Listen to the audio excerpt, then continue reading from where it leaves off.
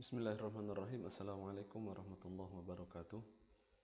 Alhamdulillah wassalatu wassalamu ala Rasulillah wa ala alihi wa sahbihi wa man walah wa la haula wa la quwwata illa billah. Raditu billahi rabba wa bil islami dina wa bi Muhammadin nabiyya wa rasula. Rabbi shrah li sadri wa yassir li amri wa hlul 'uqdatam min lisani yafqahu qawli, amma ba'd. Alhamdulillah, kita sudah masuk ke dalam pertemuan kelima untuk mata kuliah sejarah pemikiran hukum Islam. Pada pertemuan yang kemarin kita sudah membahas tentang bagaimana hukum Islam, perkembangan hukum Islam di zaman sahabat senior, yaitu di zaman khalifah yang 4, Khulafaur Rasyidun, zaman Abu Bakar, Umar, Utsman, dan Sayyidina Ali. Kita tahu bahwasanya di zaman Abu Bakar beliau sibuk dengan peperangan, memerangi orang yang murtad, yang mengaku nabi, dan orang yang tidak mau bayar zakat. Dan di zaman Umar kekuasaan umat Islam membentang dari Persia hingga ke Mesir. Di zaman Umar mayoritas sahabat masih ada di Madinah karena beliau melarang orang-orang untuk pergi dari luar Madinah.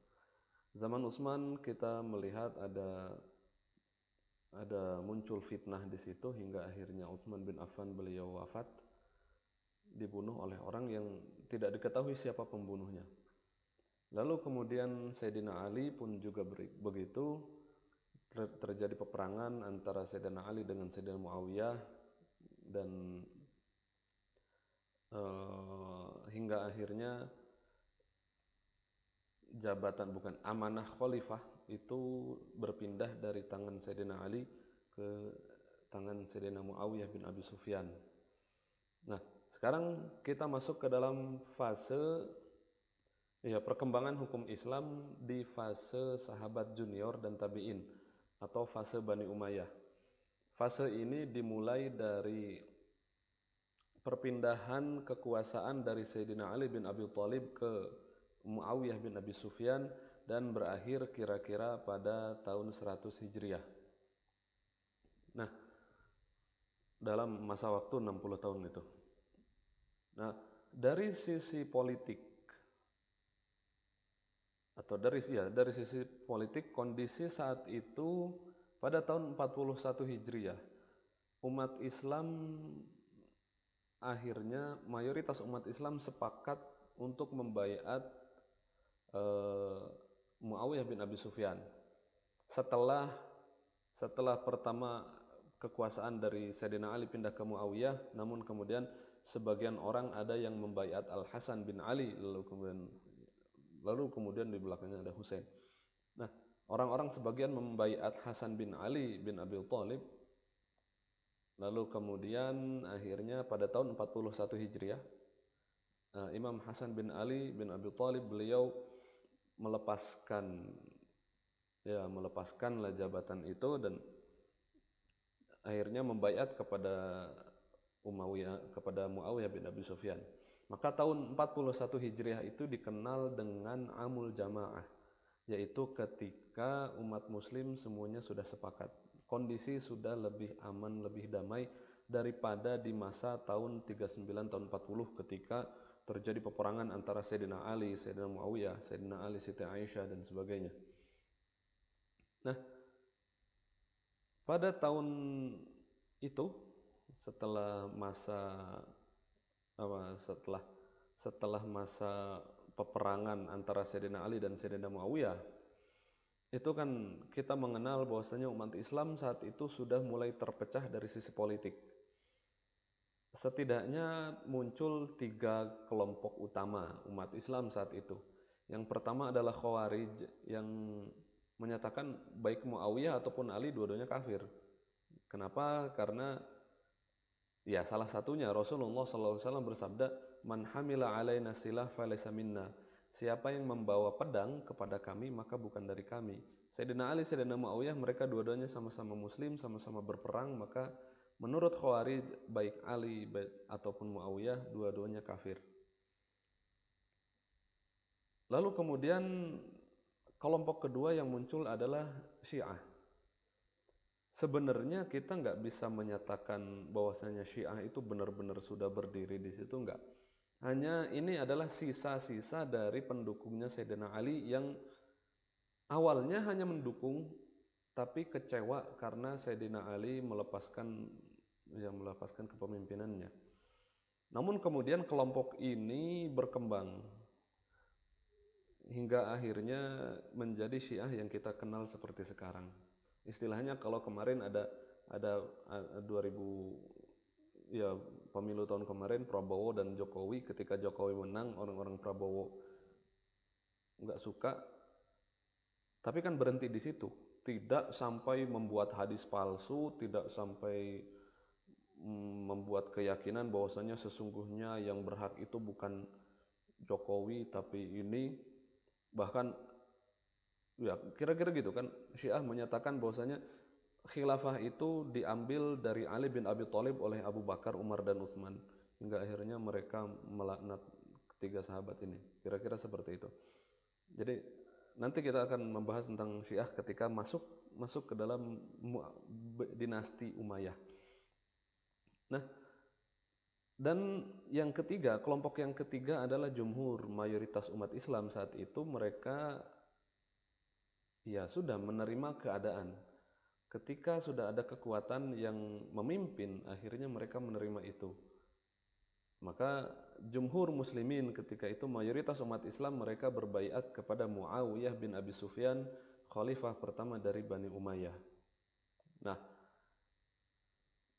setelah zaman Muawiyah bin Abi Sufyan, beliau khalifah pertama, lalu kemudian itu zaman ketika umat Islam mengalami sedikit masa tenang. Setelah gonjang-ganjing dari masa Utsman, lalu kemudian Sayyidina Ali puncaknya, hingga akhirnya pindah ke Muawiyah bin Abi Sufyan, kondisi sedikit turun dan mereda. Hingga akhirnya muncullah Yazid bin Muawiyah bin Abi Sufyan. Yazid itu putranya Muawiyah. Berarti tabi'in dia. Dia adalah khalifah kedua dari Bani Umayyah. Kondisi saat itu mulai kacau lagi. Kondisi itu mulai kacau lagi karena ada sekelompok pendukung Sayyidina Ali yang berada di Irak. Mereka mengundang Hasan bin Ali bin Abi Thalib dan Husain bin Ali bin Abi Thalib untuk datang. Ya, mereka mengundang Husain bin Ali bin Abi Thalib untuk datang ke Irak, lalu kemudian terjadi kesalahpahaman dan dikira Sayyidina Husain bin Ali, beliau membangun kekuatan, datang ke Irak untuk membangun kekuatan untuk memberontak terhadap Bani Umayyah. Hingga akhirnya ya kita tahu pada Asyura di Karbala, Sayyidina Husain dengan keluarganya yang saat itu diundang datang ke Irak oleh para pendukung Sayyidina Ali di sana, mereka dibunuh oleh Yazid bin Muawiyah. Yazid bin Muawiyah tahu dengan keluarnya Sayyidina Husain, hingga kemudian dia memberikan pasukan, hingga akhirnya terbunuhlah Husain bin Ali bin Abi Thalib dan keluarganya di Karbala.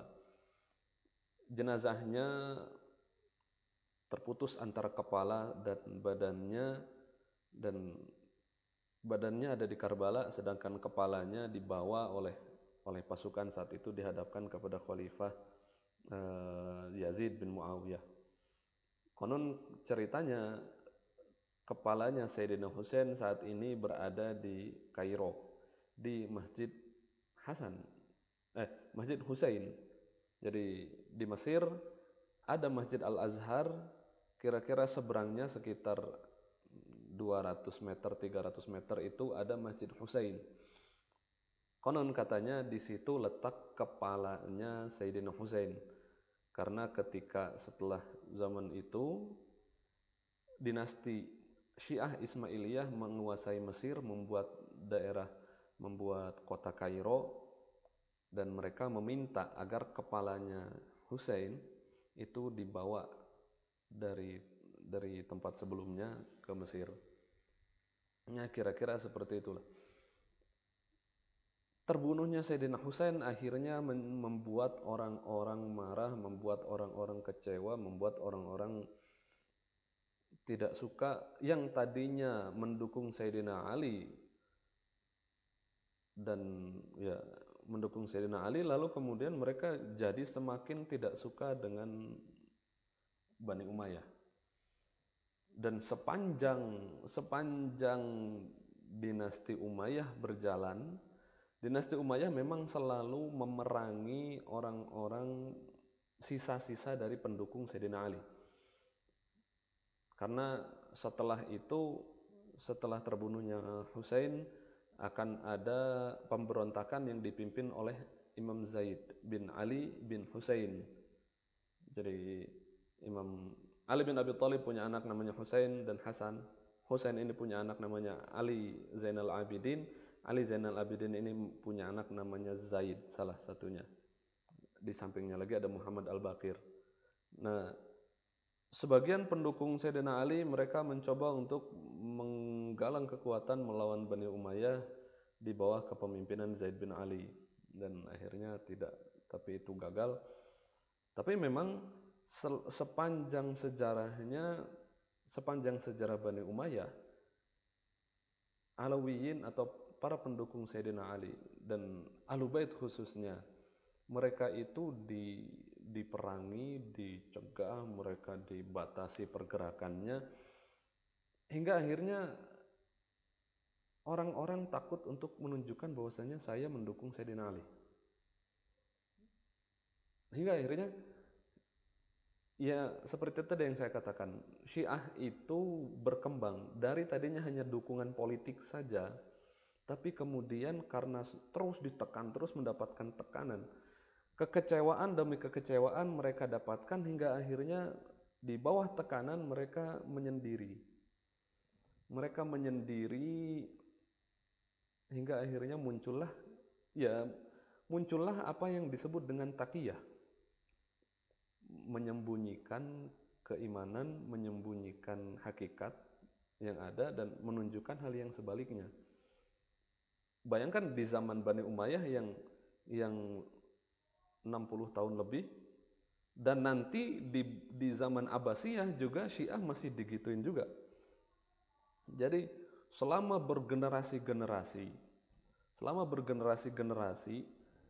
kelompok Syiah ini mereka ditekan, mereka diperangi, mereka dibunuh, mereka dicari, dikejar, hingga akhirnya mereka menyendiri. Bahkan ini yang membuat unik Syiah, karena Syiah memiliki tradisi hadis yang berbeda dengan umat muslim yang lain. Kalau kelompok lain misalkan Sunni, oke. Lalu kemudian Mu'tazilah, itu hadisnya sama, Bukhari, Muslim, dan yang lain itu sama, digunakannya sama. Tapi kalau Syiah mereka memiliki tradisi hadis yang berbeda. Itulah karena ketika kita melihat dari sejarahnya, Syiah itu ditekan dan sedemikian rupa. Gitu. Nah, jadi kondisi politik saat itu di zaman Bani Umayyah,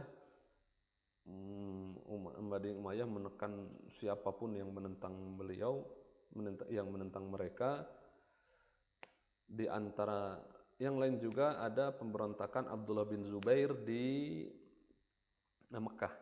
Abdullah bin Zubair dibaiat oleh orang-orang Mekah, namun kemudian Yazid bin Muawiyah nggak mau, hingga akhirnya Yazid bin Muawiyah ingin memberantas Abdullah bin Zubair, tapi keburu wafat, hingga akhirnya digantikan oleh khalifah setelahnya. Dan salah satu pasukan yang paling terkenal itu adalah Al-Hajjaj. Maka terkenal saat itu cerita ketika pasukan Abdullah bin Zubair berlindung di Masjidil Haram, lalu kemudian pasukan Al-Hajjaj bin Yusuf itu melempari Masjidil Haram dengan manjanik, dengan lempar batu yang dibakar, hingga akhirnya Ka'bah itu hancur dan terbakar. Itu cerita sangat masyhur sekali. Nah, begitulah kondisi perpolitikan di zaman Bani Umayyah. Kondisi yang kacau balau. amannya itu adalah ketika zaman Umar bin Abdul Aziz. Tapi setelah itu tetap saja terjadi gonjang-ganjing politik di sana sini. Nah, itu dari sisi politiknya. Lalu kemudian dari sisi syariat, karena kita kan nggak usah terlalu masuk ke dalam urusan politik itu. Dari sisi syariat ada perbedaan yang signifikan antara masa sahabat senior yang kemarin kita bahas dengan masa sahabat junior. Kita tahu seperti yang tadi saya singgung di awal, bahwasanya di zaman Umar bin Khattab beliau melarang orang-orang untuk pergi keluar Madinah. Tujuannya agar ketika Umar bin Khattab beliau memiliki masalah, beliau bisa mengumpulkan para sahabat untuk bermusyawarah, untuk ijma. Jadi ijma ada di zaman Abu Bakar dan zaman Umar. Ketika sudah zaman Utsman, para sahabat itu dibebaskan untuk pergi keluar Madinah. Hingga akhirnya para sahabat itu mereka berpencar. Meskipun mayoritas tetap ada di Madinah, tapi banyak sahabat yang berpencar dan pergi ke daerah-daerah. Di antara orang yang pergi ke daerah-daerah itu ada Abdullah bin Abbas, beliau menetap di Mekah. Lalu kemudian ada Anas bin Malik, beliau menetap di Basrah. Lalu kemudian ada Abdullah bin Mas'ud, beliau menetap di Kufah. Ada juga Amru bin As dan anaknya Abdullah bin Amru bin As, beliau menetap di Mesir. Itu kira-kira di antara para sahabat yang ikut keluar. Sisanya masih banyak yang di dalam Madinah seperti Siti Aisyah dan Abdullah bin Umar dan juga Abu Hurairah. Nah, itu yang pertama. Jadi kita tahu di zaman sebelumnya sahabat dilarang untuk keluar, dan baru keluar itu ketika zaman Utsman bin Affan.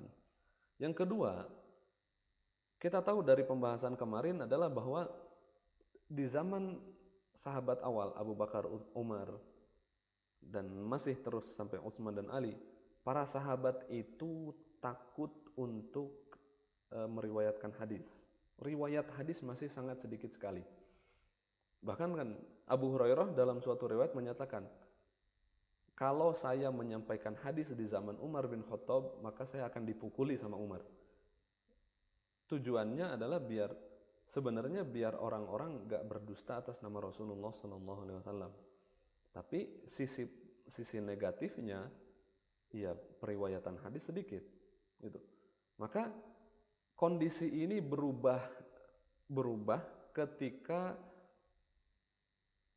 Khalifah Rashidah sudah beres.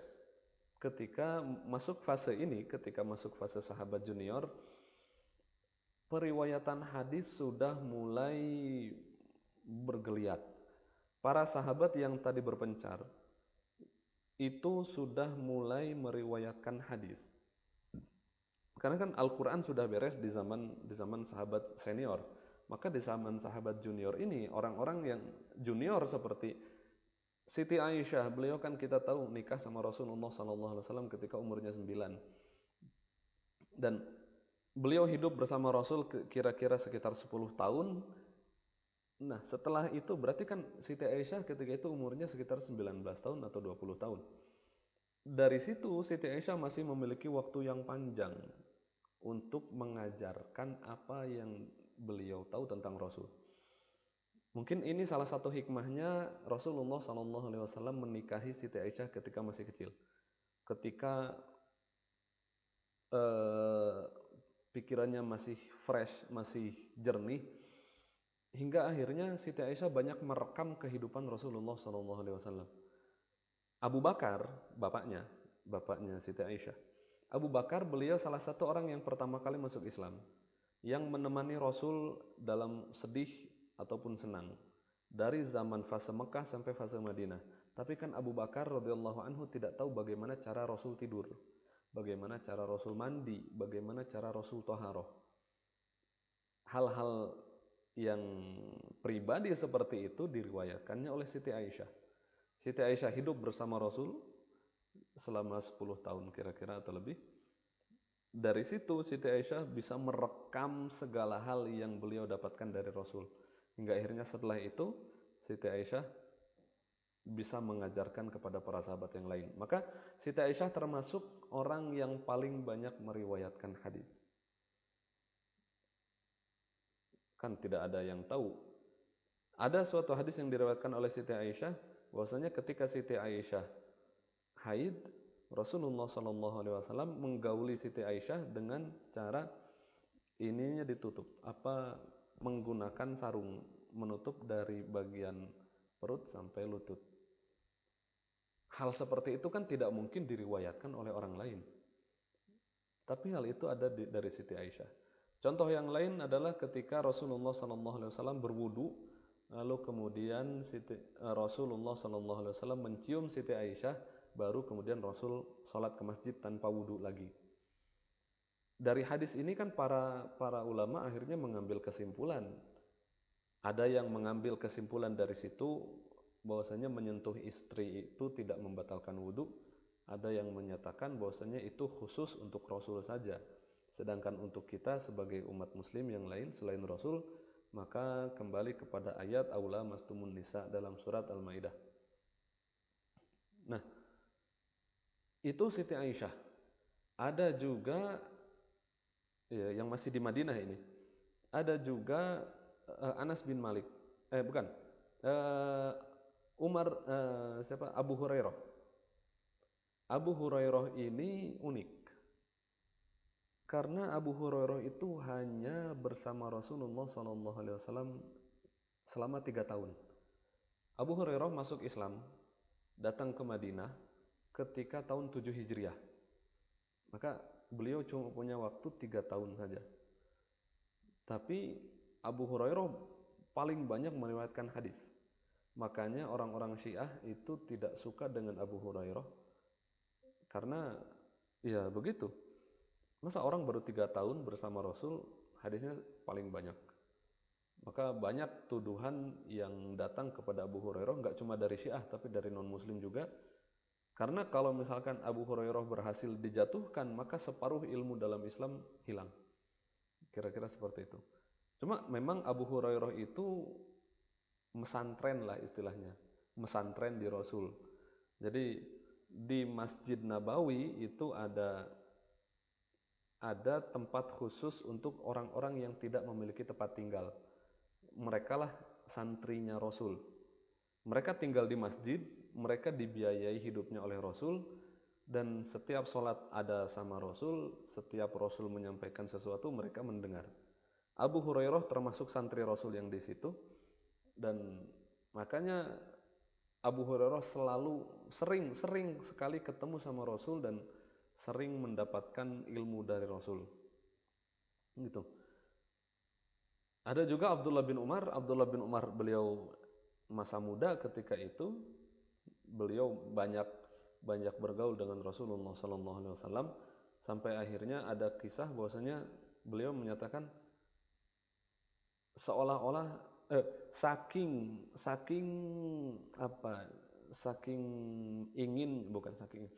semangatnya beliau untuk mengikuti Rasul, maka seolah-olah beliau itu di mana Rasul berpijak, beliau akan berpijak di situ. Di mana Rasul melangkah, maka dia akan melangkah di situ. Di antara yang lain, sahabat yang lain ada di Basrah seperti tadi Anas bin Malik. Anas bin Malik beliau umur 10 tahun datang ke Madinah dan menjadi pembantunya Rasulullah SAW. Anas bin Malik menjadi pembantu Rasul berarti kan hidupnya bersama Rasul. Hidupnya di samping Rasul hingga banyak hadis yang beliau riwayatkan berkaitan dengan kondisi rumah, berkaitan dengan kondisi Rasul yang tidak banyak dilihat oleh orang.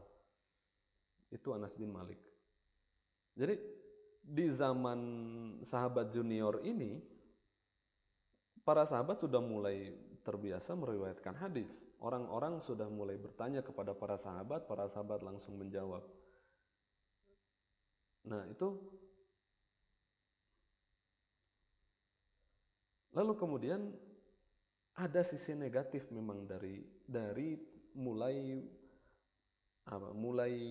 bergeliatnya periwayatan hadis. Sisi negatifnya apa? Sisi negatifnya adalah ternyata banyak orang yang melakukan pemalsuan hadis. Terlebih lagi memang saat itu kondisi politik yang gonjang-ganjing hingga akhirnya orang-orang banyak yang meriwayatkan hadis palsu. Ada yang sengaja membuat hadis untuk menunjukkan sesuatu, untuk mendorong orang beribadah, untuk menunjukkan dukungan politik bahwasanya seharusnya khalifah itu bukan Abu Bakar, harusnya Ali dan sebagainya. Ada hadis-hadis fadhailus sahabah, khususnya sahabat-sahabat yang sahabat-sahabat yang paling berpengaruh, muncul hadis-hadis palsu tentang fadilah-fadilah mereka. Nah, semacam ini yang menjadi sisi negatif muncul di zaman ini. Makanya tadi saya bilang Syiah itu memiliki tradisi hadis tersendiri. Karena hadis menurut Syiah itu bukan hanya perkataan Rasulullah SAW saja, tapi hadis menurut Syiah itu adalah apa yang dinyatakan oleh Rasul dan para imam yang 12. Maka banyak hadis yang terdapat di Syiah tapi tidak terdapat di Sunni. Dari situlah muncul semua perbedaan antara Sunni dan Syiah, baik dalam akidah ataupun ibadah ataupun muamalah. Karena kalau sumber utamanya aja udah beda, hadisnya udah beda, maka ya sudah semuanya yang berkaitan dengan hadis dari akidah sampai muamalah sampai ibadah bisa berbeda. Begitu. Dari situlah muncul pemalsuan hadis dan sebagainya. Jadi itu tadi diantara ciri-ciri karakteristik hukum Islam di zaman itu. Kondisinya memang seperti itu. Lalu kemudian ada perkembangan baru yang terjadi di zaman ini, yaitu ketika para sahabat sudah, kan di zaman Umar bin Khattab daerah kekuasaan meluas, lalu kemudian banyak orang yang yang diambil menjadi budak oleh para sahabat dari daerah-daerah yang ditaklukkan itu. Nah, budak-budak ini mereka merdekakan. Orang yang kalah dalam perang diambil sebagai budak, tapi kemudian dimerdekakan. Tapi tidak hanya itu, mereka dimerdekakan, lalu kemudian mereka diajari agama dengan benar. Mereka belajar agama, mereka diberikan hadis, hingga akhirnya muncul para mawali istilahnya. Karena budak yang dimerdekakan itu adalah maula. Seperti Bilal bin Rabah itu adalah maula dari Abu Bakar As-Siddiq, karena Abu Bakar yang membeli terus kemudian dimerdekakan. Nah, muncullah para maula ini, mawali yang belajar agama dengan serius. Orang-orang yang banyak meriwayatkan hadis itu juga punya mawali, mereka punya mantan budaknya yang mereka ajari agama dengan benar. Maka seperti Abdullah bin Abbas, beliau memiliki budak yang dimerdekakan, namanya Ikrimah. Sekarang banyak orang yang namanya Ikrimah itu berasal dari situ. Diajari dengan benar sama Abdullah bin Abbas hingga akhirnya beliau menjadi ulama besar. Lalu kemudian Abdullah bin Umar juga sama, memiliki maula namanya Nafi'. Nafi' ini ya Abdullah bin Umar di Madinah, Nafi' ini di Madinah. Maka Nafi' diajari agama dengan benar oleh Abdullah bin Umar hingga akhirnya ia menjadi ulama besar beneran. Bahkan Imam Bukhari menyatakan silsilah Zahabiyah, sanad yang paling terpercaya, yang paling keren itu adalah Imam Malik bin Anas an Nafi' an Ibni Umar. Dari Imam Malik mengambil dari Nafi' dan Nafi' mengambil dari Abdullah bin Umar. Itu saking kerennya Nafi'. Terus ada juga Abu Hurairah beliau juga memiliki seorang maula namanya Abdurrahman bin Hurmuz. Lalu kemudian Anas bin Malik juga punya maula namanya Muhammad ibnu Sirin. Muhammad bin Sirin, orang-orang ini, maula-maula ini menjadi orang-orang hebat, menjadi orang-orang yang keren, menjadi ulama besar. Maka di zaman ini, di fase ini, sahabat junior dan tabi'in itu muncul para ulama yang berasal dari budak. Itulah istilahnya. Maka itulah salah satu apa ya? Jadi bisa dikatakan hukum Islam ini tidak hanya dikembangkan oleh para sahabat, oleh orang-orang Arab saja, tapi juga orang non-Arab yang dikuasai, orang Persia yang dikuasai oleh orang Arab, oleh para sahabat, dan dimerdekakan, terus kemudian mereka menjadi ulama besar di zaman itu. Nah, itu ciri yang lain di fase ini. Jadi tadi umat muslim terpecah menjadi sekian kelompok. Lalu kemudian para sahabat sudah mulai menyebar ke berbagai daerah. Lalu kemudian itu ciri khasnya. Ciri khas yang ketiga adalah periwayatan hadis yang lebih luas, yang lebih bebas daripada zaman sebelumnya. Lalu kemudian mulai bermunculan pemalsuan hadis di zaman itu. Lalu kemudian ciri kelima adalah adanya para mawali yang belajar agama dari para sahabat.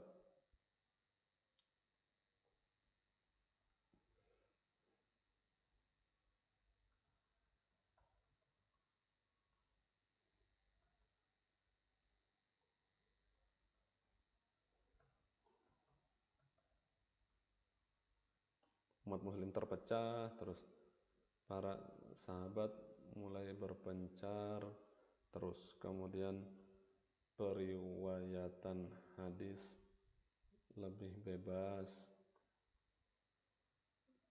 lalu kemudian muncul pemalsuan hadis, lalu kemudian ada para mawali yang menjadi ulama besar. Lalu di antara ciri khas yang lain, dan ini yang paling penting, itu adalah munculnya dua madrasah utama dalam fikih. Ada dua kecenderungan utama dalam fikih yang muncul di zaman ini. Kemunculan itu berdasarkan atas penggunaan ra'yu dalam memahami agama, dalam memahami hukum. Kelompok pertama, mereka memahami bahwasanya hukum itu apa yang bisa kita baca dari teks Al-Quran dan hadis. Mereka tidak memikirkan apa yang ada di balik teks itu, beyond the text. Mereka nggak bahas apa yang ada di balik itu. Sedangkan kelompok yang kedua ini tidak hanya membahas dari sisi tekstualnya, teks saja, tapi juga melihat dari apa yang ada di balik itu. Mereka menyatakan bahwasanya hukum Islam itu ma'qulatul makna, ma'qul, logis. Seperti kenapa ada potong tangan? Karena ada pencurian. Kalau tidak ada pencurian maka potong tangan nggak usah. Khamr kenapa diharamkan? Karena dia memabukkan. Atas dasar itu, segala yang memabukkan maka haram. Nah, mereka mulai membahas hal-hal yang logis dari syariat. Hingga akhirnya mereka membahas tentang ilat. Yang kemudian pada perkembangannya pembahasan tentang ilat hukum ini menjadi qiyas yang besar. Nah, dua aliran ini. Yang pertama adalah aliran fikih Hijaz, atau Hijaz berarti Madinah, Mekah dan sekitarnya. Aliran ini belajarnya tokoh utama yang mengajarinya itu adalah tadi orang-orang yang di Madinah seperti Siti Aisyah, Abu Hurairah, lalu kemudian ada Abdullah bin Umar, ada juga Abdullah bin Abbas. Nah, ciri khas mereka mengajarkan itu karena mereka permasalahan yang mereka hadapi sedikit, maka mereka membahas apa aja yang didapat dari Rasul. Hingga akhirnya permasalahan fikih di daerah Hijaz ini nggak terlalu nggak terlalu berkembang. Tapi hadisnya berkembang. Hingga akhirnya corak fikihnya adalah corak fikih hadis. Maka nanti di pertemuan yang akan datang kita akan membahas di Madinah ini akan muncul Imam Malik. Imam Malik ini corak fikihnya adalah fikih hadis. Jadi corak fikih yang lebih dekat kepada hadis. Gitu. Mereka lebih banyak menggunakan hadis, mereka tidak terlalu banyak menggunakan ra'yu atau akal. Pokoknya kalau ada kata Rasul seperti ini ya udah. Kalau nggak ada ya udah gitu. Berbeda dengan yang ada di Kufah. Nah, ini madrasah yang kedua adalah madrasatul ra'yi di Kufah. Orang yang datang ke Kufah, di antara sahabat yang datang ke Kufah ada Abu Musa al-Ash'ari. Lalu kemudian ada Abdullah bin Mas'ud. Lalu kemudian ada juga Ali bin Abi Thalib.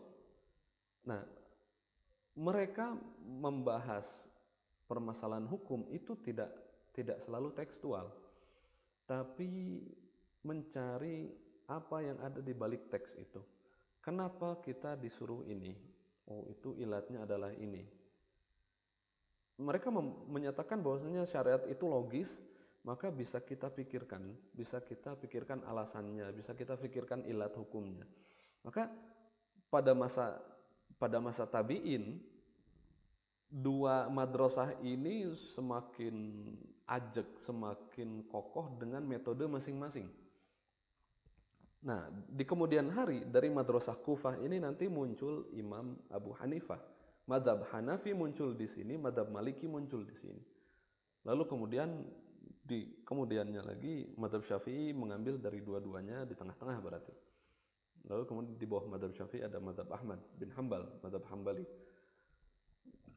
Nah, jadi dua madrasah dengan dua karakteristik fikih ini muncul dan membesar di zaman ini. Kita perlu memahami ini karena ini adalah akar dari segala macam perbedaan yang ada di antara umat Islam sekarang. Para sahabat, mereka memiliki pemahaman yang berbeda-beda kan?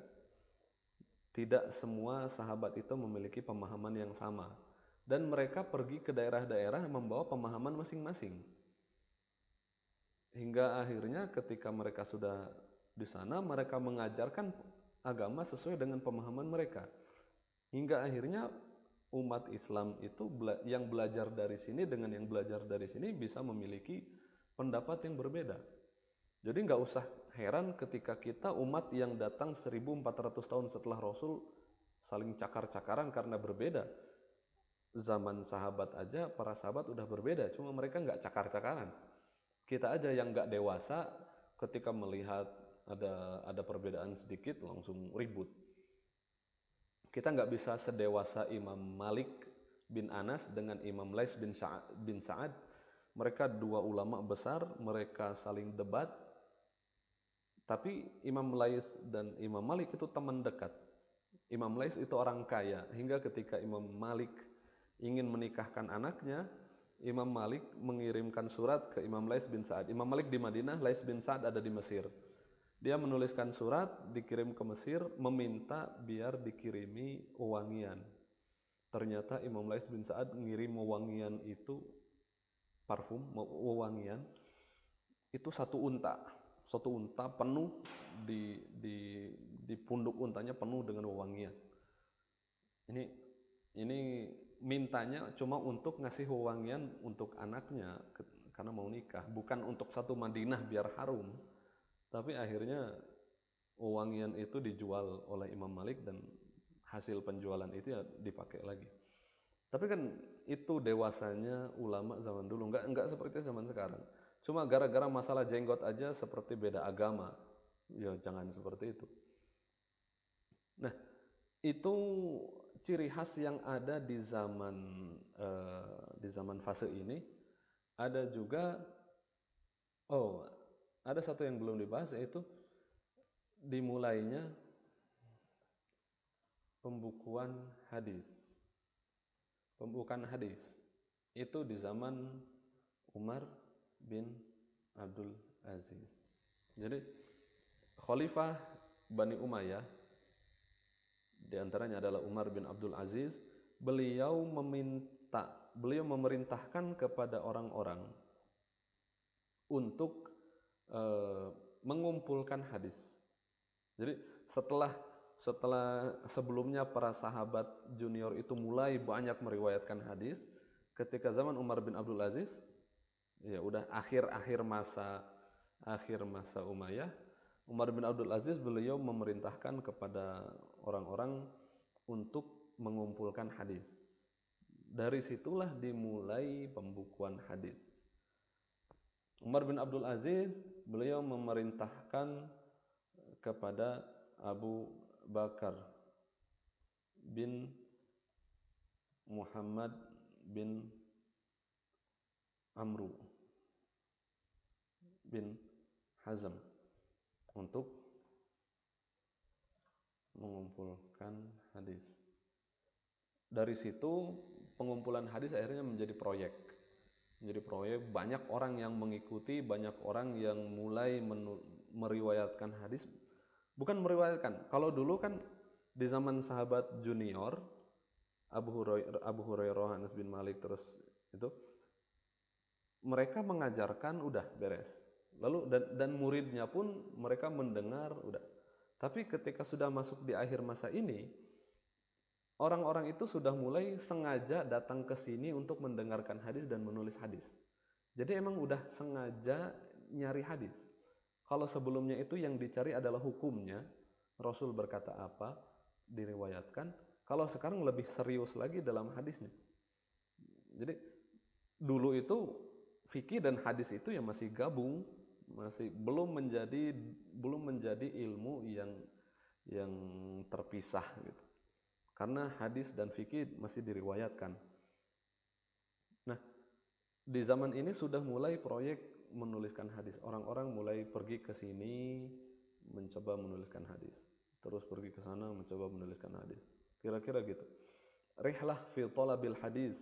Perjalanan untuk mencari hadis dimulai di zaman ini. Hingga ada contohnya ada Imam Sya'bi. Beliau dari Kufah jauh-jauh datang ke Mekah bukan untuk haji, tapi untuk menanyakan, ini hadis pernah saya dengar sanadnya ini dari kamu, ini benar atau enggak. Jauh-jauh dari Kufah ke Mekah bukan untuk haji, tapi untuk mencari hadis. Bayangkan kira-kira seperti sekarang kita dari Bandung jauh-jauh kita ke Palembang, atau enggak? Iyalah, kira-kira dari sini kita ke Palembang untuk menemui satu orang untuk menanyakan, Kak, saya mendapatkan di daerah Bandung ada orang yang ngomong seperti ini. Dia bilang ini dari kamu, bener nggak kamu bilang seperti ini? Sampai seperti itunya orang mengumpulkan hadis. Dimulai dari sejak zaman itu. Nah, dari situlah maka nanti di kemudian hari fikih dan hadis semakin lama akan semakin terpisah. Oh, ini ditulis dulu. Madrasah hadis di Hijaz dan madrasah Ra'yu di Kufah. Di antara mufti lah katakan, orang-orang yang paling berpengaruh dalam hukum Islam di zaman ini, di fase ini, di Madinah. Di Madinah ada Aisyah binti Abu Bakar, istri Rasulullah SAW. Lalu kemudian ada Abu Hurairah, ada juga Abdullah bin Umar. Itu sahabat. Tabi'innya ada Sa'id bin Musayyib. Ada juga Urwah bin Zubair bin Awam. Ada juga Abu Bakar bin Abdurrahman. Ada juga Ali Zainal Abidin. Ini Imam Ali bin Imam Ali bin Husain bin Ali bin Abi Thalib, dikenal dengan Ali Zainal Abidin. Ada juga putranya, yaitu Muhammad Al-Baqir.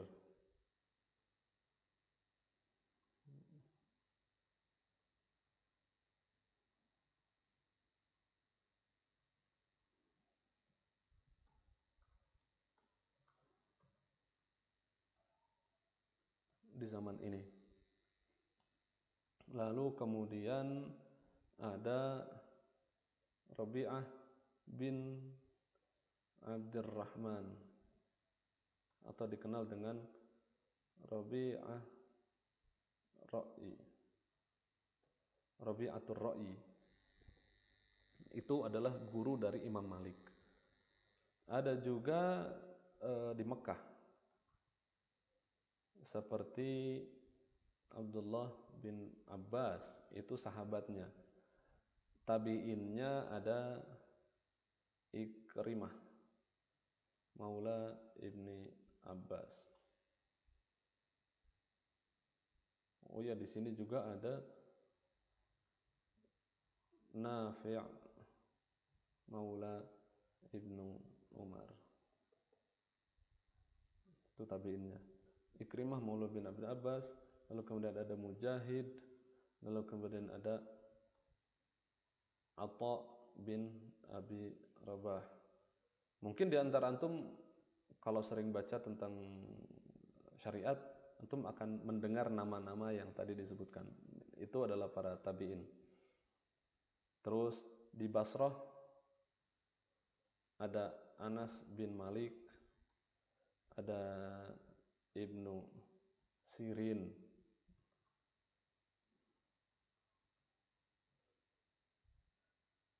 ya, Muhammad bin Sirin,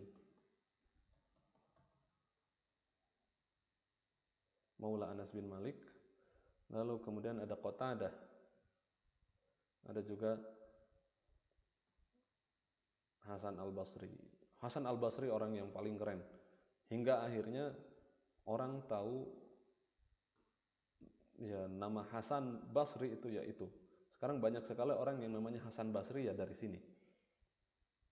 Orang yang namanya Hasan, Hasan yang mana? Hasan yang di Basrah. Oh, orang tahu itu adalah Hasan Basri.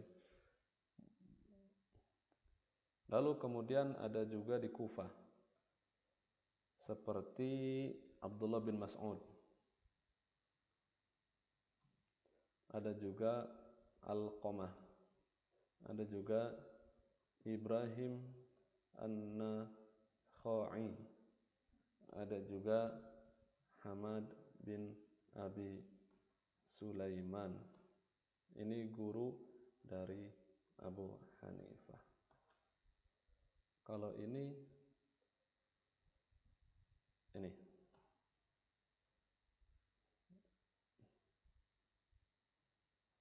guru Imam Malik. Sebenarnya ini juga guru Imam Malik.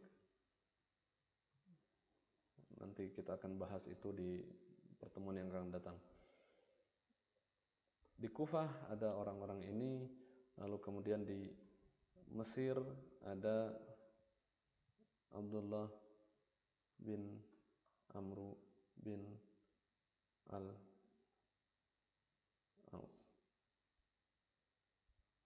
Lalu kemudian di Yaman ada yang namanya Tawus.